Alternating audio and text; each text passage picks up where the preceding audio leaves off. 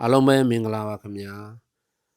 အခုမြင်တွေ့နေရတာကတော့ပဲဒီစိမ်းစိုက်ခင်းမှာပွင့်ထွေးပိုးကြာရောက်နေခြင်းဖြစ်ပါတယ်ခင်ဗျာ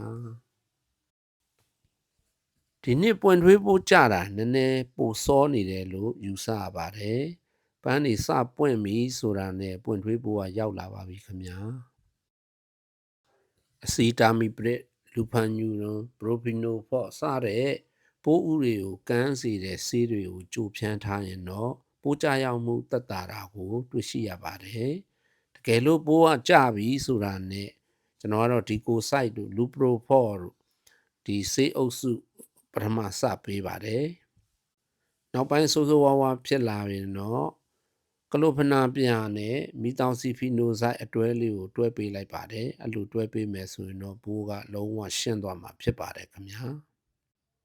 ဒီနှစ်ရာသီဥတုကအခုလိုမျိုးလေးတိုက်နှုံးများလေမြေစီကခန်းချောက်လေပါပဲလေးလိုက်နှုံးများတဲ့အတွက်အောက်ဆန်းတွေပြတ်နိုင်ပါတယ်အဲ့ဒါလေးကိုတော့ဂရုစိုက်ဖို့လိုပါတယ်ခင်ဗျာနောက်ပြီးတော့ဒီနှစ်ကလှေးလဲဆိုးပါတယ်အထူးဂရုစိုက်ကြပါခင်ဗျာအားလုံးကျေးဇူးတင်ပါတယ်ခင်ဗျာ